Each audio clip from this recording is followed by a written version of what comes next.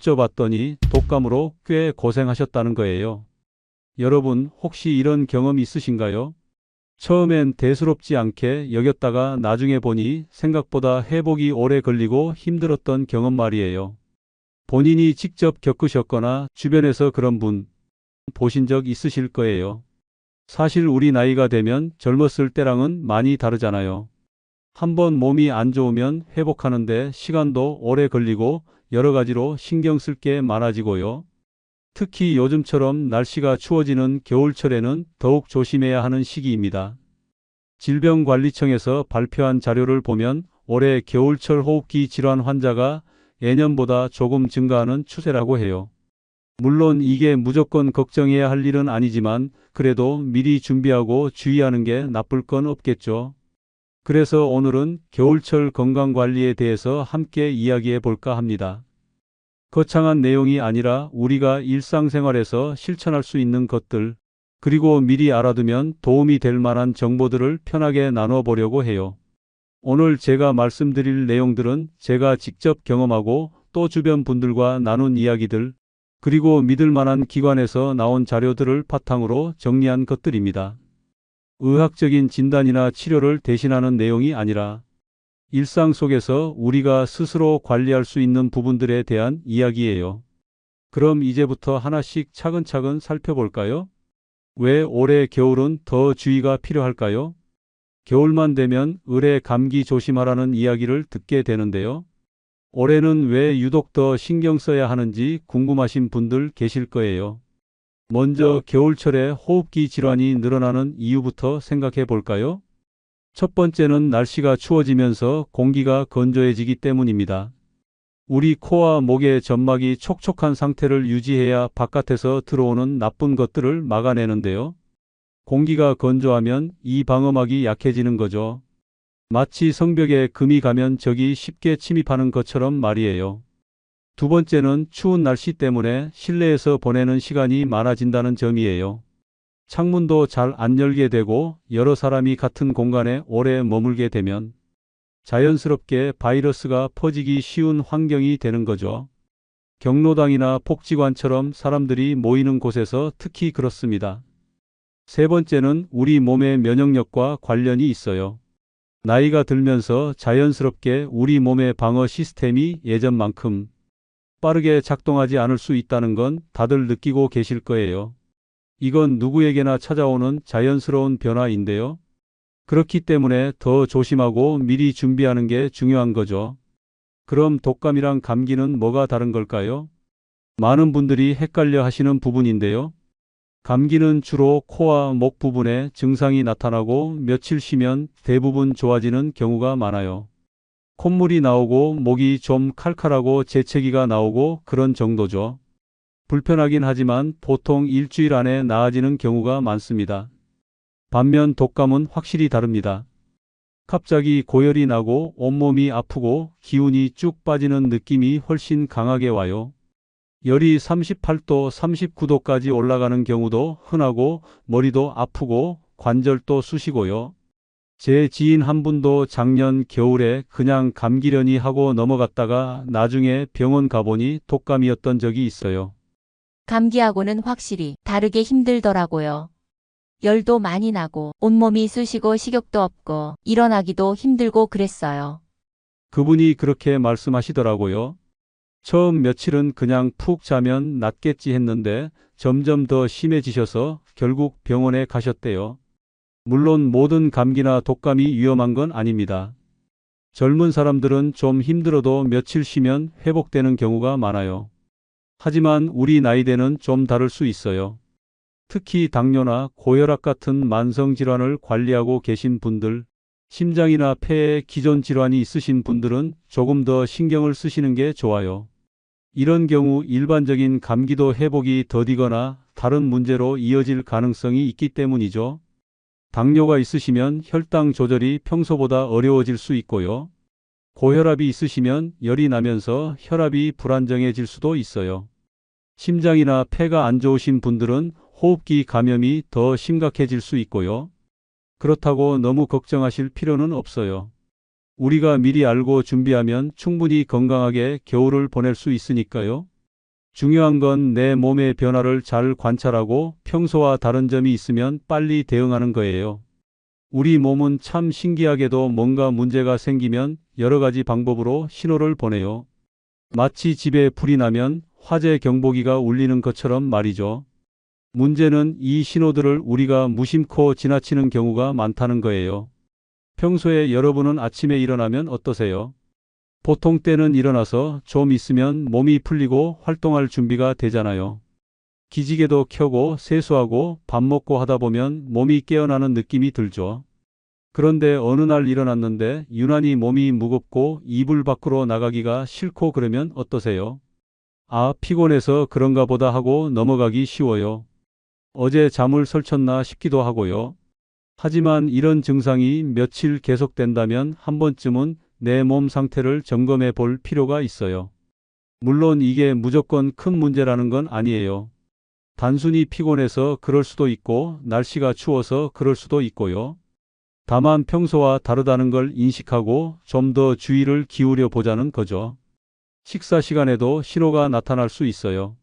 밥을 먹었는데도 기운이 안 나고 소화도 잘 안 되는 것 같고 그럴 때 있잖아요. 평소에 잘 먹던 음식인데 왠지 입맛이 없고 먹어도 속이 더부룩하고요. 나이 들면 소화 기능이 좀 떨어지니까 그러려니 할 수도 있는데 이것도 며칠 이상 지속되면 체크해 볼 필요가 있어요. 우리 몸이 뭔가와 싸우느라 에너지를 쓰고 있으면 소화 기능에까지 힘이 안 갈 수 있거든요. 특히 주의 깊게 봐야 할 증상들이 몇 가지 있는데요. 먼저 열이 나는 경우예요. 체온계로 재봤을 때 37도 5분 이상이 계속 유지되거나 특히 38도가 넘어가면 조금 더 주의가 필요합니다. 열이 난다는 건 우리 몸이 뭔가와 싸우고 있다는 신호거든요. 요즘은 체온계도 쉽게 구할 수 있으니까 집에 하나쯤 두시는 게 좋아요. 겨드랑이에 끼우는 것도 있고 이마에 대는 것도 있고 귀에 넣는 것도 있어요. 사용법만 잘 익혀두시면 언제든 체온을 확인할 수 있습니다. 기침도 중요한 신호 중 하나예요. 기침이 계속되고 목이 따끔거리고 가래가 나오는 경우 말이죠. 물론 겨울철에는 건조해서 목이 간질간질한 경우도 많아요. 찬 공기를 마시면 헛기침이 나오기도 하고요. 그런데 이게 점점 심해지고 특히 누웠을 때 더 심해진다거나 하면 더 관심을 가져야 해요. 밤에 자려고 누웠는데 기침이 나서 잠을 못 자겠다. 가래가 점점 많아진다. 가래 색깔이 이상하다 싶으면 병원에 가보시는 게 좋습니다. 몸이 쑤시고 아픈 것도 놓치기 쉬운 신호예요. 혹시 독감 걸려보신 분들은 아실 텐데 온몸이 쑤시고 특히 허리나 다리가 아픈 느낌이 강하게 와요. 이게 단순 근육통과는 좀 다른 느낌이에요. 운동을 많이 했을 때 근육이 아픈 건 특정 부위가 아프잖아요. 팔을 많이 썼으면 팔이 아프고 다리를 많이 썼으면 다리가 아프고요. 그런데 독감이나 심한 감기에 걸렸을 때는 뭐랄까 뼛속까지 시큰거리는 느낌이에요. 온몸이 다 아픈 것 같고 특히 관절 부분이 쑤시는 느낌이 들어요. 이런 증상이 갑자기 나타나면 단순 피로가 아닐 수 있습니다. 그리고 평소에 안 그러시던 분이 갑자기 식욕이 뚝 떨어지는 경우도 있어요.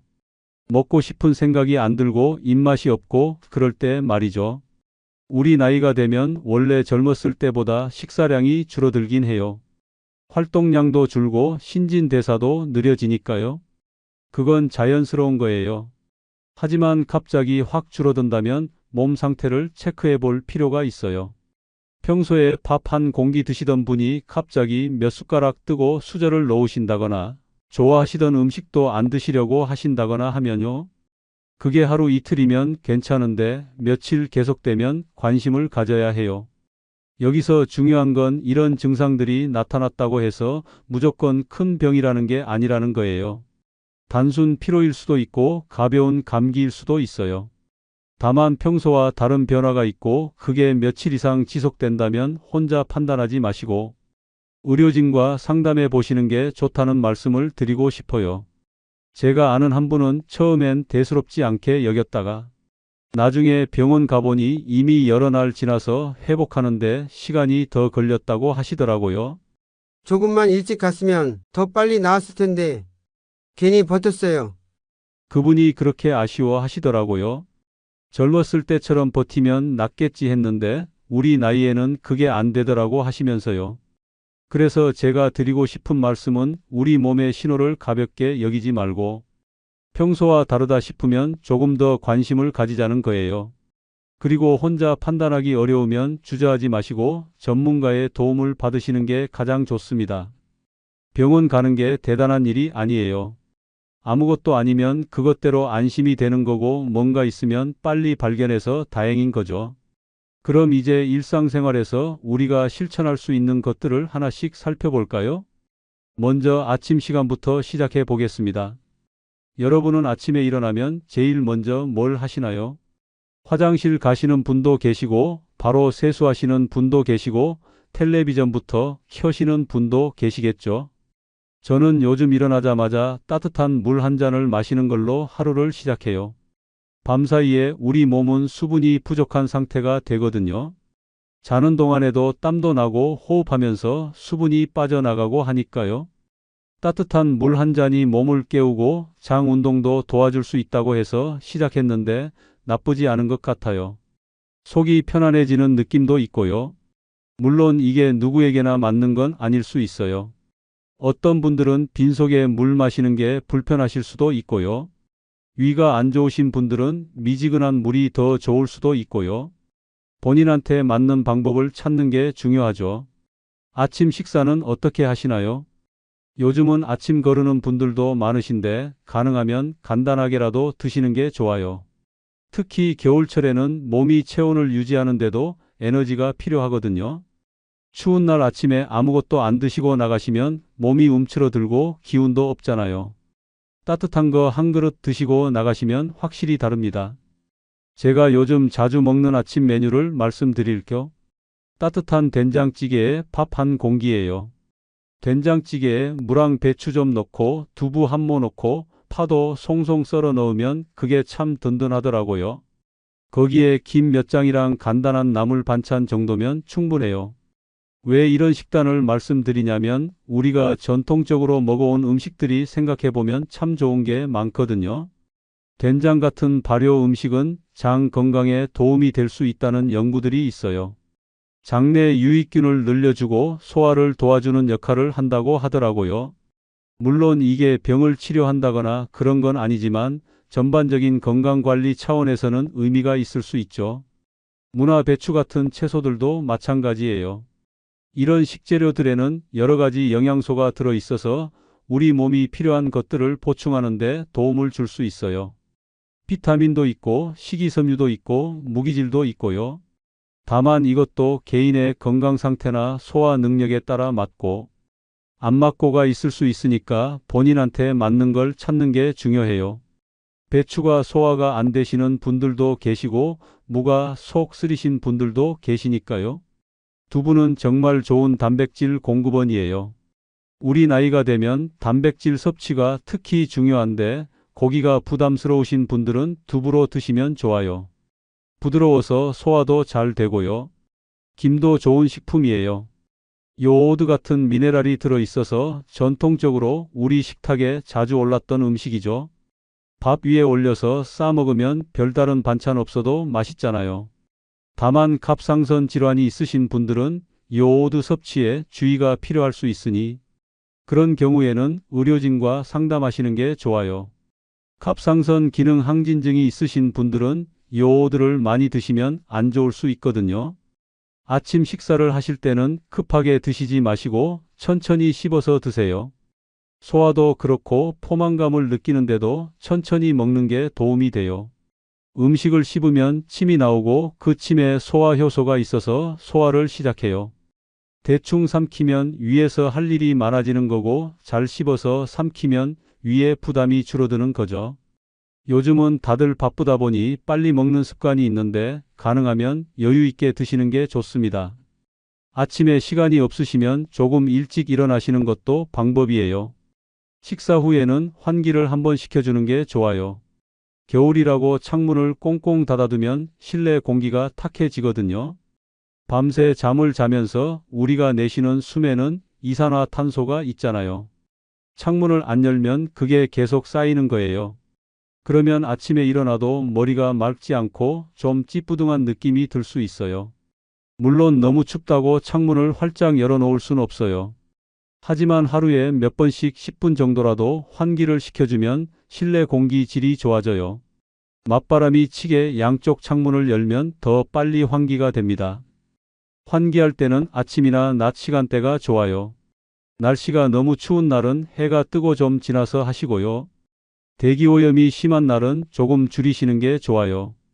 요즘은 미세먼지 정보도 쉽게 확인할 수 있으니까 참고하시면 돼요. 환기하는 동안에는 조금 춥더라도 참으시고 끝나면 창문 닫고 따뜻하게 하시면 돼요. 환기할 때 다른 방에 계시거나 옷을 따뜻하게 입고 계시면 됩니다. 실내 온도와 습도 관리도 중요해요. 너무 덥게 하면 오히려 건조해지고 감기에 걸리기 쉬워요. 보일러를 빵빵하게 틀어놓으면 따뜻하긴 한데 공기가 바싹 마르거든요. 적당한 온도는 18도에서 20도 정도가 좋다고 하는데 이것도 사람마다 체감 온도가 다르니까 본인한테 맞게 조절하시면 돼요. 추위를 많이 타시는 분들은 좀 더 높이셔도 되고요. 습도는 좀 신경 쓰셔야 해요. 겨울철에는 난방 때문에 공기가 너무 건조해지거든요. 적정 습도는 40%에서 60% 정도라고 해요. 가습기가 있으면 사용하시고 없으면 빨래를 실내에 널어두거나 물을 담은 그릇을 놓아두는 것도 방법이에요. 넓은 그릇에 물을 받아서 방에 두면 물이 증발하면서 습도가 올라가요. 다만 가습기 사용하실 때는 청결하게 관리하셔야 해요. 안 그러면 오히려 건강에 안 좋을 수 있으니까요. 가습기 안에 세균이나 곰팡이가 자라면 그게 공기 중으로 퍼지거든요. 물은 매일 갈아주시고 정기적으로 청소해 주셔야 해요. 아침 식사 후에 가벼운 스트레칭도 좋아요. 팔을 쭉 펴고 허리를 좌우로 천천히 돌리고 목도 돌려주고요. 이렇게 몸을 깨워주면 하루를 시작하는데 도움이 돼요. 무리한 운동은 아니고 그냥 가볍게 몸을 풀어주는 정도예요. 기지개 켜듯이 팔을 위로 쭉 올리고 옆으로 기울이고 하는 거요. 5분에서 10분 정도만 해도 몸이 달라지는 느낌이 들어요. 특히 밤새 자고 나면 몸이 굳어 있잖아요. 그걸 풀어주지 않고 바로 활동하면 부상 위험도 있고요. 천천히 몸을 풀어주고 시작하시는 게 좋습니다. 아침을 건강하게 시작하셨으면 낮 시간은 어떻게 보내시나요? 요즘은 경로당이나 복지관 같은 곳에서 시간 보내시는 분들도 많으시죠? 이런 곳에 가실 때 겨울철에는 조금 더 신경 쓸 게 있어요. 실내에 사람이 많이 모이는 곳이다 보니 환기가 잘 안 되고 공기가 탁할 수 있거든요. 경로당 같은 데 가면 여러분들이 모여서 이야기도 나누고 화투도 치고 텔레비전도 보시잖아요. 그런데 겨울이라 창문을 잘 안 여시니까 공기가 안 좋아질 수 있어요. 그래서 가능하면 자주 환기가 되는 곳인지 확인해 보시고 답답하다 싶으면 잠깐 밖에 나가서 바람 쐬는 것도 좋아요. 화장실 가신다거나 하는 핑계로 잠깐 나가셔서 신선한 공기 마시고 오시는 거죠. 손 씻기는 정말 중요해요. 이건 아무리 강조해도 지나치지 않아요. 밖에 나갔다 오면 꼭 손을 씻으시고 특히 식사 전후에는 반드시 씻어야 해요. 우리 손으로 문손잡이도 만지고 난간도 잡고 여기저기 만지잖아요. 거기에 뭐가 있을지 모르거든요. 비누를 사용해서 손바닥, 손등, 손가락 사이, 손톱 밑까지 꼼꼼하게 씻으시는 게 좋아요. 대충 물로 헹구는 건 소용이 없어요. 비누 거품을 내서 구석구석 문질러 줘야 해요. 20초 이상 씻으라고 하는데 마음속으로 하나 둘 셋 넷 천천히 20까지 세면서 씻으시면 대충 그 정도 시간이 돼요. 생일 축하 노래를 2번 부르는 시간이라고도 하더라고요. 손 소독제를 들고 다니는 분들도 계신데 그것도 나쁘지 않아요. 다만 손 소독제는 물이랑 비누로 씻을 수 없을 때 보조로 쓰는 거고 가능하면 물로 씻는 게 더 좋아요. 손에 흙이나 이물질이 묻어 있으면 소독제가 잘 안 듣거든요. 낮 시간에 햇볕을 쬐는 것도 중요해요. 겨울이라고 집에만 계시면 햇빛을 못 보게 되잖아요. 날씨가 너무 춥지 않은 날은 잠깐이라도 밖에 나가서 햇볕을 쬐는 게 좋아요. 햇볕을 쬐면 우리 몸에서 비타민 D가 만들어지는데 이게 뼈 건강이나 면역력 관리에 도움이 될 수 있다고 해요. 비타민 D는 음식으로 섭취하기가 쉽지 않아요. 대부분 햇볕을 통해서 우리 몸이 만들어내는 거거든요.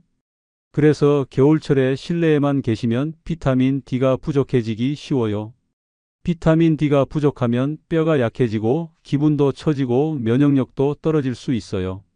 겨울철에 우울해지기 쉬운 것도 햇볕을 못 봐서 그런 면이 있다고 해요. 다만 한낮에 너무 오래 나가 계시면 추울 수 있으니까 오전 10시에서 오후 2시 사이에 20분에서 30분 정도 산책하시는 게 좋아요. 해가 제일 높이 떠 있을 때 나가시는 거죠. 물론 날씨가 너무 춥거나 눈이 오거나 하면 무리하지 마시고요. 미끄러지면 위험하니까요. 그런 날은 집에서 창가에 앉아 햇볕을 받으시는 것도 방법이에요.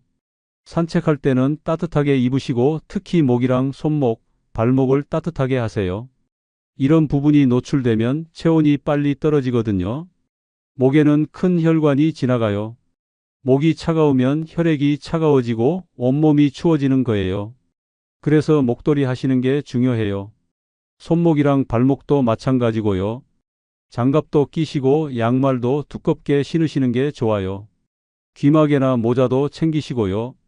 춥다고 웅크리고 다니시면 자세도 안 좋아지고 넘어지기도 쉬워요.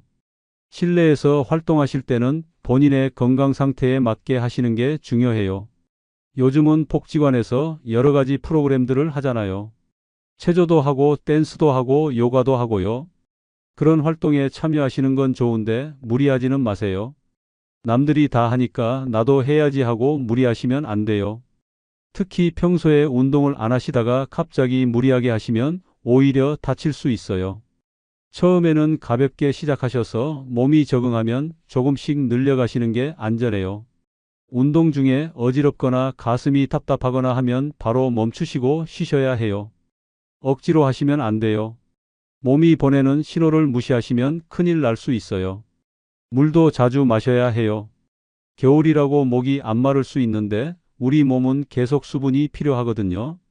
여름처럼 땀을 많이 흘리진 않지만 호흡하면서 수분이 빠져나가고 난방으로 건조한 환경에서 수분이 빠져나가고요. 목이 안 마르니까 물을 안 마시면 탈수가 올 수 있어요. 수시로 물을 조금씩 마시는 습관을 들이시는 게 좋아요. 한 번에 많이 마시는 것보다 자주 조금씩 마시는 게 좋아요. 차가운 물보다는 미지근하거나 따뜻한 물이 좋고요. 점심 식사는 어떻게 하시나요? 혼자 사시는 분들은 대충 때우기 쉬운데 가능하면 제대로 드시는 게 좋아요. 혼자니까 차리기 귀찮고 먹어도 맛이 없고 해서 라면이나 간단한 거로 때우시는 분들 많으시죠? 이해는 가는데 그래도 영양은 챙기셔야 해요. 복지관에서 식사 제공하는 곳도 있고 반찬 배달 서비스도 있으니까 본인한테 맞는 방법을 찾아보세요. 요즘은 어르신들 위한 도시락 배달 서비스도 많아요. 동사무소에 문의하시면 안내 받으실 수 있어요. 점심에도 채소를 충분히 드시는 게 좋아요. 나물이든 샐러드든 국이든 형태는 상관없어요. 채소에 들어있는 식이섬유가 장 건강에 도움이 되고 변비 예방에도 좋아요. 단백질도 챙겨 드세요. 생선이나 두부, 계란 같은 거요.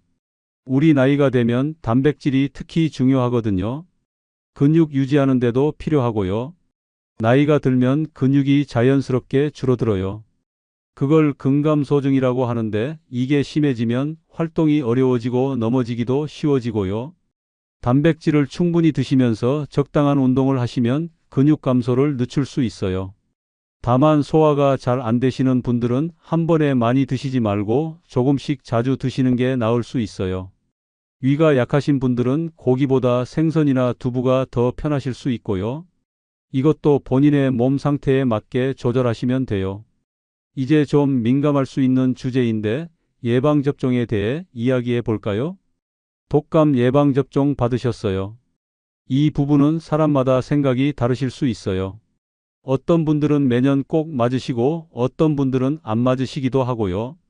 정답이 있다기보다는 본인의 건강 상태와 상황에 따라 결정하시는 게 맞아요. 예방접종에 대해서 여러 가지 의견이 있는 건 알고 있어요. 맞으면 부작용이 있다는 분도 계시고 맞아도 독감에 걸린다는 분도 계시고요. 그래서 안 맞겠다고 하시는 분들도 있죠. 다만 제가 말씀드리고 싶은 건 이 결정을 혼자 하시지 마시고 의료진과 상담해서 결정하시라는 거예요. 특히 만성질환이 있으시거나 다른 약을 복용 중이신 분들은 더욱 그래요. 인터넷에 떠도는 정보나 주변 분들 말씀만 듣고 결정하시면 안 돼요. 사람마다 상황이 다르니까요. 나한테 맞는지 안 맞는지는 내 몸 상태를 아는 의사 선생님이 제일 잘 판단할 수 있어요. 독감 예방접종이 뭔지 간단히 말씀드리면 우리 몸이 독감 바이러스를 미리 알아보고 대비할 수 있게 도와주는 거예요. 약해진 바이러스나 바이러스의 일부를 몸에 넣어서 면역 시스템이 미리 연습을 하는 거죠. 물론 맞는다고 해서 100%안 걸리는 건 아니에요. 독감 바이러스는 종류가 여러 가지고 해마다 유행하는 종류가 달라요. 예방접종은 그 해에 유행할 것으로 예상되는 바이러스를 기준으로 만들어요. 그래서 예측이 빗나가면 효과가 떨어질 수 있어요. 하지만 혹시 걸리더라도 증상이 가볍게 지나갈 가능성이 있다고 알려져 있어요. 중증으로 악화되거나 합병증이 생길 위험을 낮춰준다는 거죠. 특히 우리 나이대에서는 이게 중요해요. 접종 시기는 보통 10월에서 11월 사이가 적당하다고 해요. 독감이 주로 11월부터 이듬해 3월까지 유행하거든요. 그 전에 미리 맞아서 우리 몸이 준비할 시간을 주는 거죠. 맞고 나서 면역이 생기는데 2주 정도 걸린다고 해요. 그래서 독감이 유행하기 전에 미리 맞아두시는 게 좋은 거예요. 맞을 곳은 가까운 보건소나 병원, 의원에서 가능해요. 요즘은 어르신들 대상으로 무료나 저렴하게 접종해 주는 곳도 많으니까 동사무소나 보건소에 문의해 보시면 돼요. 만 65세 이상이시면 무료로 맞으실 수 있는 경우가 많아요. 접종 후에는 주의할 점이 몇 가지 있어요. 맞은 부위가 좀 아프거나 붓거나 할 수 있는데 이건 대부분 하루 이틀 지나면 괜찮아져요. 주사 맞은 자리니까 그럴 수 있는 거예요. 어떤 분들은 약간 피곤하거나 미열이 있을 수 있는데 이것도 보통 금방 나아져요. 몸이 면역 반응을 하면서 나타나는 증상이에요. 심하지 않으면 걱정 안 하셔도 돼요.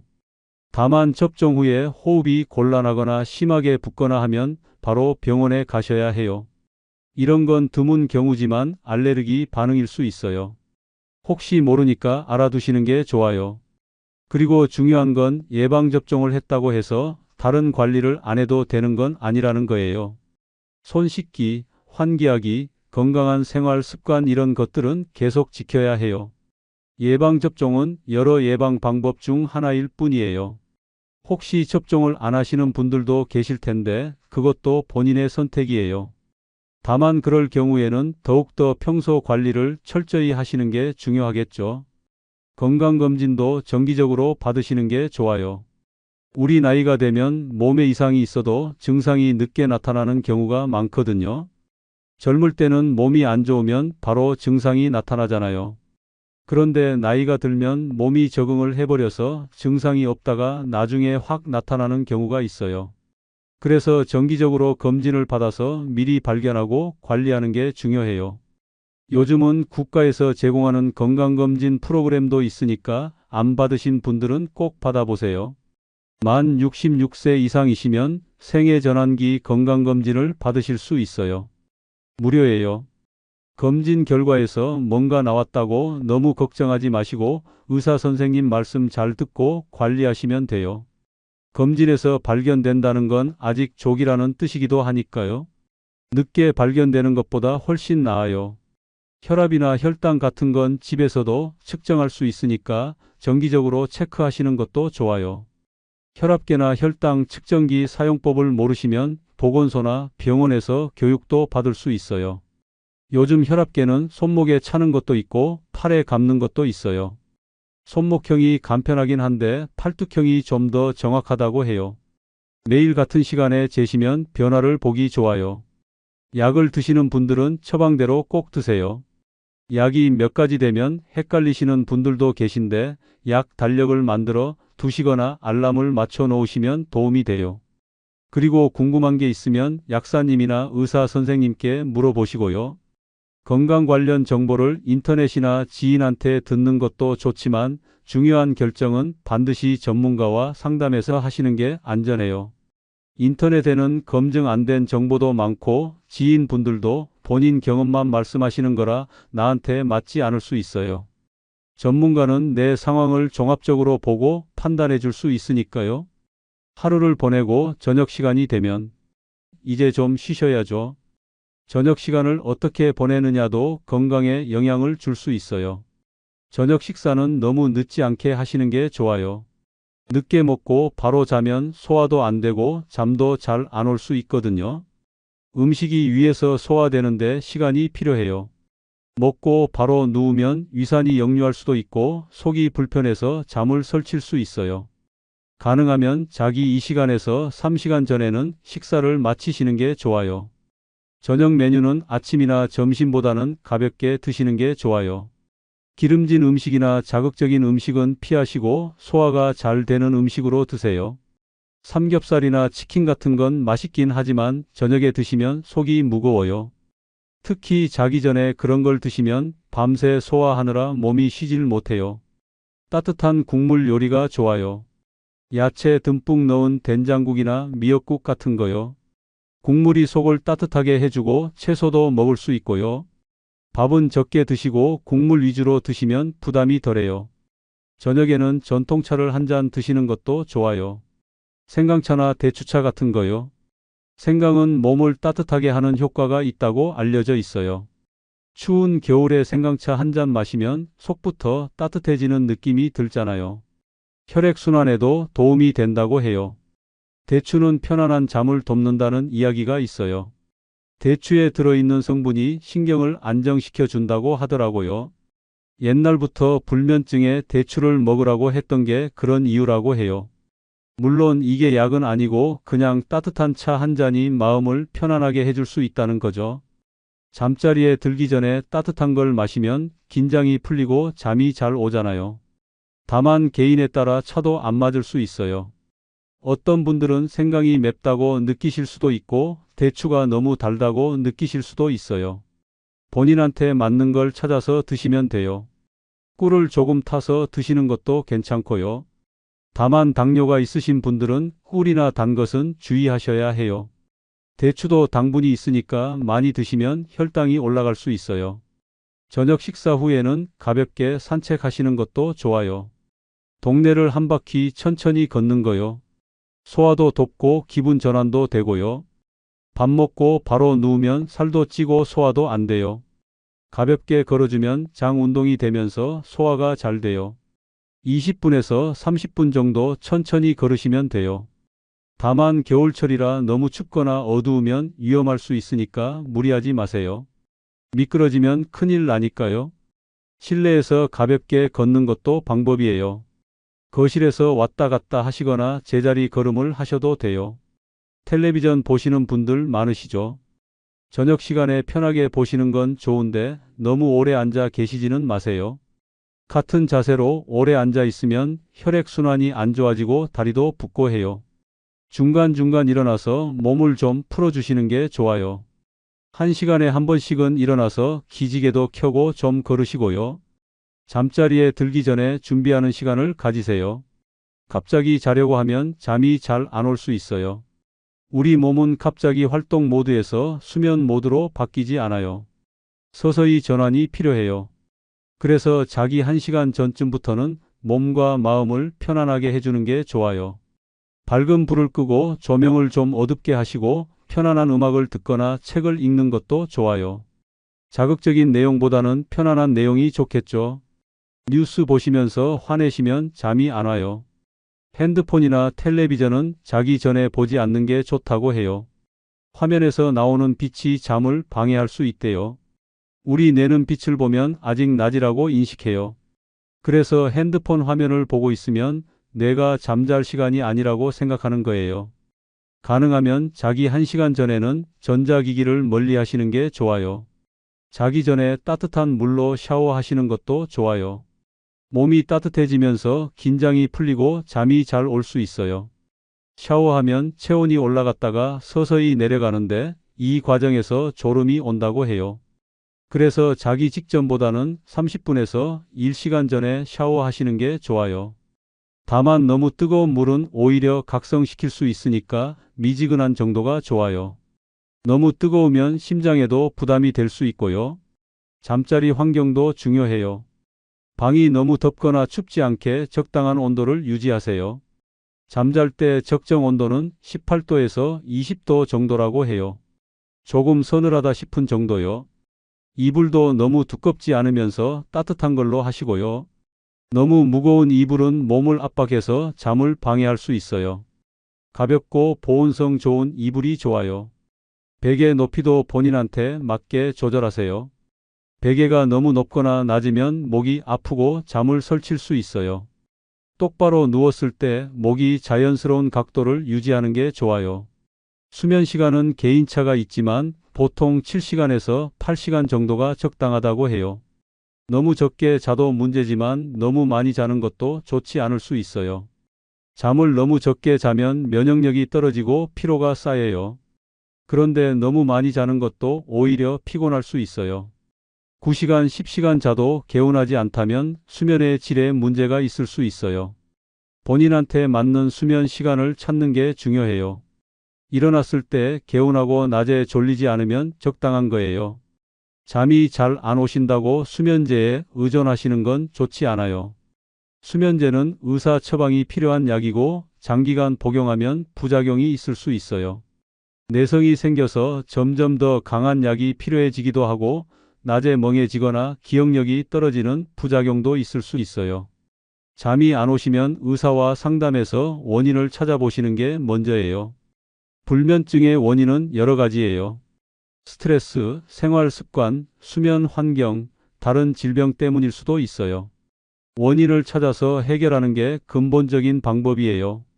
건강 관리는 나 혼자만의 일이 아니에요. 우리가 조심하는 건 나를 위해서이기도 하지만 주변 사람들을 위해서이기도 하거든요. 요즘 손주 보시는 분들 많으시죠? 자녀들이 바쁘니까 손주를 맡기는 경우가 많잖아요. 아이들 돌보는 게 힘들기도 하지만 귀엽고 보람 있기도 하고요. 그런데 아이들은 어른보다 면역력이 약할 수 있어서 더 조심해야 해요. 특히 아직 어린 아이들은 여러 병에 대한 면역이 아직 안 만들어진 경우가 많아요. 혹시 본인이 컨디션이 안 좋으면 손주 보는 걸 미루는 게 나을 수 있어요. 아이들한테 옮기면 안 되니까요. 기침이 나오거나 열이 좀 있다 싶으면 자녀한테 미리 말씀하세요. 오늘은 내가 컨디션이 좀 안 좋아서 아이를 못 볼 것 같다 여자, 어르신. 이렇게 말씀하시면 돼요. 손주가 보고 싶으시겠지만 혹시 모를 일이니까요. 손주를 만날 때는 손을 깨끗이 씻고 만나시고요. 아이를 안기 전에 손부터 씻으세요. 아이들은 손을 입에 넣고 하니까 손이 깨끗해야 해요. 기침이나 재채기가 나오면 손이 아니라 팔꿈치 안쪽으로 가리는 습관을 들이세요.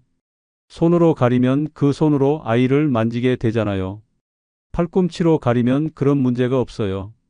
아이들 앞에서 좋은 본보기가 되는 거죠. 아이들은 어른을 보고 배우니까요. 할머니, 할아버지가 손 씻는 거 보면 자기도 따라하게 돼요. 가족 모임이나 친구 모임도 마찬가지예요. 몸이 안 좋으면 참석을 미루는 게 예의일 수 있어요. 다른 분들한테 피해를 줄 수 있으니까요. 명절이나 생신 때 모임이 있는데 컨디션이 안 좋으면 고민되시죠. 그래도 여러 사람이 모이는 자리에 아픈 채로 가시면 다른 분들한테 옮길 수 있어요. 특히 어르신들이 많이 모이는 자리면 더 조심해야 해요. 요즘은 영상 통화도 있으니까 얼굴 보고 싶으면 그런 걸 활용하는 것도 방법이에요. 핸드폰으로 화상 통화하면 얼굴도 보고 이야기도 나눌 수 있잖아요. 경로당이나 복지관 같은 곳도 마찬가지예요. 열이 나거나 기침이 심하거나 하면 나가지 않는 게 좋아요. 다른 분들을 위해서요. 며칠 쉬었다가 괜찮아지면 그때 나가시는 거죠. 친구분들도 이해해 주실 거예요. 아픈데 억지로 나오지 말라고 하실 거예요. 기침 예절도 중요해요. 기침할 때 손으로 가리는 분들 계신데 그러면 그 손으로 문손잡이나 다른 걸 만지면 바이러스가 퍼질 수 있어요. 기침할 때는 휴지나 손수건을 사용하시거나 없으면 팔꿈치 안쪽으로 가리세요. 그리고 기침한 후에는 손을 씻으시고요. 마스크 쓰는 것도 상황에 따라 고려해 볼 만해요. 특히 사람 많은 곳에 가거나 대중교통을 이용할 때 말이죠. 마스크가 완벽한 건 아니지만 어느 정도 도움은 될 수 있어요. 특히 본인이 기침이나 재채기가 나올 때 마스크를 쓰면 다른 사람한테 덜 퍼지게 할 수 있어요. 마스크 쓸 때는 코와 입을 다 가려야 효과가 있어요. 코 밑으로 내려서 쓰시면 소용이 없어요. 코로도 숨을 쉬니까 코도 가려야 해요. 그리고 마스크 겉면을 손으로 만지지 않는 게 좋아요. 바이러스가 마스크 겉면에 붙어 있을 수 있거든요. 벗을 때도 끈 부분만 잡고 벗으세요. 개인 위생도 철저히 해야 해요. 수건이나 컵 같은 건 개인 것을 쓰시고 다른 사람 것과 섞이지 않게 하세요. 가족끼리도 수건은 각자 따로 쓰시는 게 좋아요. 같은 수건을 쓰면 거기서 옮을 수 있어요. 컵도 마찬가지고요. 특히 식사할 때 국물 요리 같은 건 각자 덜어 먹는 게 좋아요. 한 냄비에 여러 사람이 숟가락을 넣으면 침이 섞일 수 있어요. 큰 그릇에서 각자 앞접시에 덜어서 드시는 게 좋아요. 집안 청소도 자주 하세요. 특히 손이 자주 닿는 곳은 더 신경 써서 닦으시고요. 문손잡이, 전등 스위치, 리모컨 같은 거요. 이런 곳에 바이러스가 붙어 있으면 손으로 만지고 그 손으로 얼굴 만지고 하면서 감염될 수 있어요. 소독제를 쓰는 것도 좋지만 깨끗한 물로 자주 닦는 것만으로도 도움이 돼요. 젖은 천으로 닦아주시면 돼요. 일주일에 2~3번 정도 하시면 좋아요. 빨래도 자주 하세요. 옷이나 수건에도 바이러스나 세균이 있을 수 있으니까요. 특히 손수건이나 수건 같은 건 자주 갈아서 쓰시는 게 좋아요. 수건은 한 번 쓰고 빨기 어려우시면 적어도 사흘에 한 번은 갈아주세요. 축축한 수건에 세균이 잘 자라거든요. 이렇게 조심하는 게 귀찮을 수 있지만 나와 주변 사람들을 위한 거니까 조금만 신경 써보세요. 자, 여기까지 겨울철 건강관리에 대해서 여러 가지 이야기를 나눠봤는데요. 내용이 좀 많았죠. 그래서 마지막으로 핵심 내용을 정리해 드릴게요. 먼저 우리 몸이 보내는 신호를 잘 관찰하는 게 중요해요. 평소와 다른 증상이 며칠 이상 지속되면 혼자 판단하지 마시고 의료진과 상담하세요. 특히 열이 나거나 기침이 심하거나 몸이 많이 아프면 더욱 그래요. 젊었을 때처럼 버티면 낫겠지 하고 넘기시면 안 돼요. 우리 나이에는 회복이 더디니까 일찍 발견해서 빨리 대응하시는 게 좋아요. 일상생활에서 실천할 수 있는 것들을 정리해보면 이렇습니다. 아침에는 따뜻한 물 한 잔으로 시작하고 든든하게 아침 식사를 하세요. 된장찌개 같은 따뜻한 국물 요리에 밥이랑 채소 반찬이면 좋아요. 두부나 생선 같은 단백질도 챙겨 드시고요. 환기는 하루에 몇 번씩 해주시고 실내 온도와 습도를 적절하게 유지하세요. 너무 덥게 하지 마시고 건조하지 않게 습도도 신경 쓰세요. 가습기 쓰시거나 젖은 빨래를 널어두시면 돼요. 손 씻기는 정말 중요해요. 밖에 나갔다 오면 꼭 씻고 식사 전후에도 씻고 자주 씻는 습관을 들이세요. 비누를 사용해서 꼼꼼하게 씻으시는 게 좋아요. 20초 이상 씻으세요. 낮에는 가능하면 햇볕을 쬐는 게 좋아요. 날씨가 괜찮은 날 20분에서 30분 정도 산책하시면 좋고요. 너무 추우면 무리하지 마시고 실내에서 가볍게 활동하세요. 예방접종은 본인의 건강 상태를 고려해서 의료진과 상담 후에 결정하세요. 특히 만성질환이 있으시면 꼭 상담하시고요.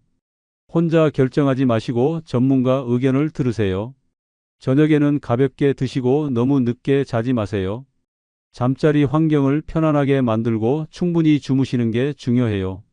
자기 전에 핸드폰은 멀리 하시고요.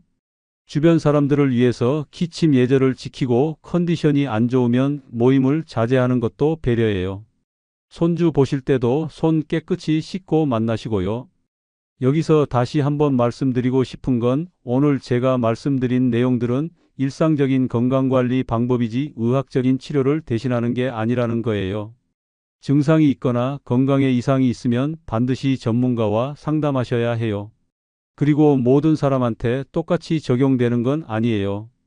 개인의 건강 상태, 나이, 기저질환 여부에 따라 적합한 방법이 다를 수 있어요. 그래서 본인한테 맞는 방법을 찾는 게 중요하고 궁금한 게 있으면 의료진에게 물어보시는 게 가장 확실해요. 완벽하게 다 지키려고 하지 마세요.